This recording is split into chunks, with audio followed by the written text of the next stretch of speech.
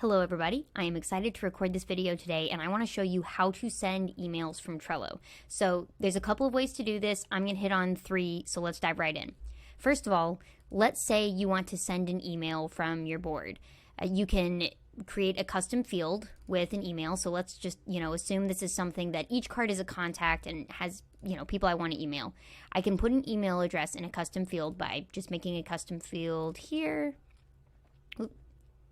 Nope. There we go, custom fields. Just create a field, a text field with the email name. And notice as soon as I put an email in there, there's a little button where I can actually create an email, like it'll start to populate an email. That's not quite what I want because I want to automatically send emails. So we're just gonna store that value there. And then let's say I want to, be able to press a button that will send a templated email to that person. Maybe like, you've been assigned this card, or, we're working on your case, or whatever it might be. So what you would do is go to Automation, Buttons, and you can notice this one that I've got set up right here. If you go under Content, there's various actions such as renaming a card, changing description, posting comments. We want this one, send an email notification to.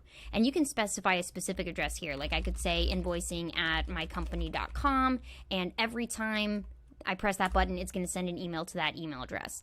But you can reference custom fields in your automation here. So what we're just going to do, if you notice the row up here, if you use bracket, %, and then the name of the field, and then close it off in the brackets, that's how to reference that value. So you can just populate that in there, type in whatever subject you want. You can reference other pieces from the card, like the name and the card link. So let's see how this works. Let's say I want to send an email over here. Notice your card buttons are over here. This one is sending an email with a custom field. Press that button. You can see over here, we have successfully triggered. Let's go see if I've got it over in my inbox.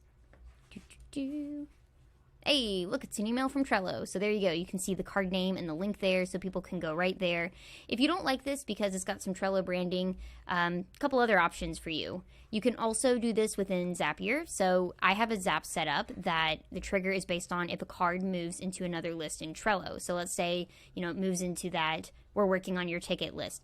You can specify a specific list and say card moved into list, set up the trigger. Here's the board I'm watching when it moves into this list, and then add an action that says send an email. And you'll connect your account and set up the action. And you can actually reference the custom field in there. So just hit show all options, and you might need to search for it. But my custom field name is email, and you can see it right there.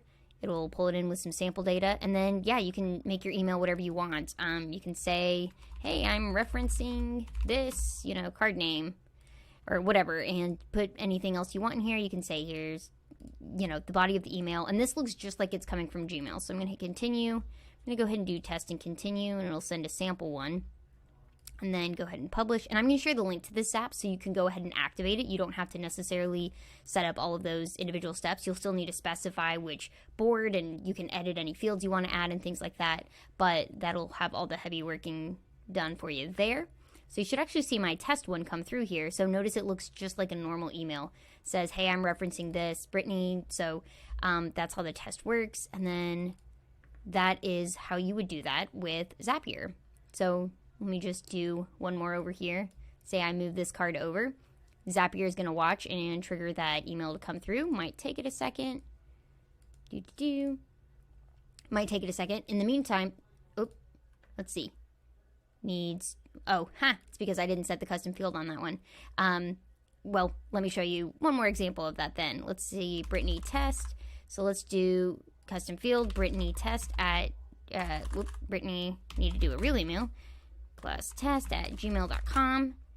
All right, so now watch when I drag that over, it's going to now send that. So while we're waiting on that to send, I want to show you one more option for how you can send emails from your Trello board, and that's with the SendBoard Power-Up. So add it to your board from the Power-Up marketplace, and you'll need to go through some few configuration options to set up your account, but you can specify a specific email address that when someone sends you, an email to this address, it creates a new card in that Trello board. So that's super handy if you're like managing a shared inbox. But what it also does is on every card, you now have the option, you have SendBoard on your Power-Ups, and you can assign a contact to it.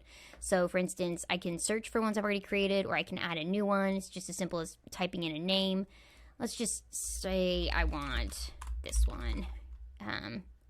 Let's see, builder. I think I have one in here for myself. Yeah. So add that in, and then it associates you with that card. So it doesn't update any custom fields, but it does have you in there. And then you can create a new email by hitting that button, and you're not leaving Trello, but it feels like that sort of Gmail sort of interface. But you can actually automate emails with this as well, because SendBoard has some features where it will let you send an email by posting a comment. So I can post a comment that's something like @email, @contact, which means it's referencing the card, and then here's your subject, and then whatever after is your actual email. And so if I were to hit save, it's going to like actually send that email. So if you want to automate this, you can tie it to anything in Trello. So you can tie it to, you know, a board button. You could tie it to when a card moves into a specific list, and it doesn't matter what your trigger is, but your action would look something like this. Once again, we're going to go into that content section to use post comment, and this is the sort of syntax you're going to want to use. So let's just, first of all, let's go see if that Zapier email came through. Yeah, so first of all, here's the one from Zapier. You can see it's referencing that custom field in the email with the card name. And then let's just try the SendBoard one. I think I'm doing it with that one. Yeah. And so I'm going to press this button, which you can see now that I'm hovering over it. That's the one that's going to do @email, @contact, and actually post a comment, not send the email. So you see the comment's been posted, and you saw it kind of like flip around there, right? So you saw it like actually turn into an email. Now let's go back over here, and you can see this is the email that came through, and these come through like almost instantly. So I want to stop right now because I want to keep this short, but if you have any follow-up questions, please post them below and let me know, and I hope this is helpful.